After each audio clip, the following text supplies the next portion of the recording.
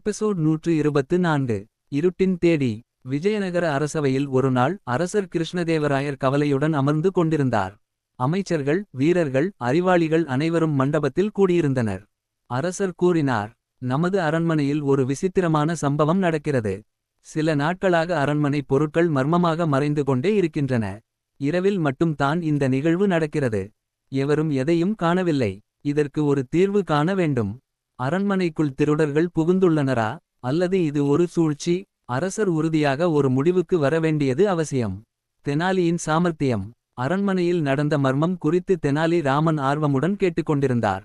சில நேரம் சிந்தித்த பிறகு அவர் எழுந்து கூறினார், மகாராஜா, இந்த மர்மத்தை நான் விசாரிக்கிறேன்.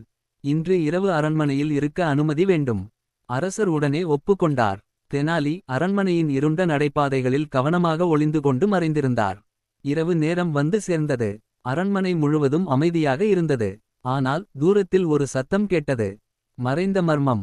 தெனாலி கண்ணீர் சிந்தாமல் இருண்டதை நுணுக்கமாக கவனித்தார். ஒரு நிழல் மெதுவாக நகர்ந்து கொண்டிருந்தது. அது எந்த மனிதனும் போல இல்லை, அது தாழ்ந்த எதையாவது தேடி அசைந்தது போல இருந்தது. தெனாலி மெதுவாக முன்னேறி அருகில் சென்று கவனித்தார். அங்கே ஒரு பெரிய குரங்கு. அது அரசரின் பொன்னாலான கலசங்களை எடுத்து கொண்டு ஓடிக்கொண்டிருந்தது. தெனாலி இதை பார்த்தவுடன் சிறிய கற்கானை எடுத்து போட்டு உதறினார்.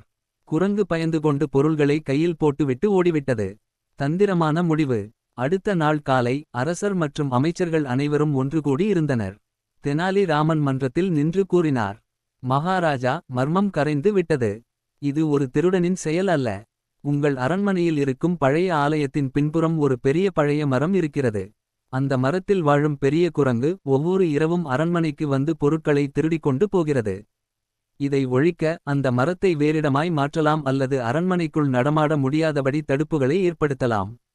அரசர் மற்றும் மந்திரிகள் அனைவரும் ஆச்சரியத்துடன் பார்த்தனர்.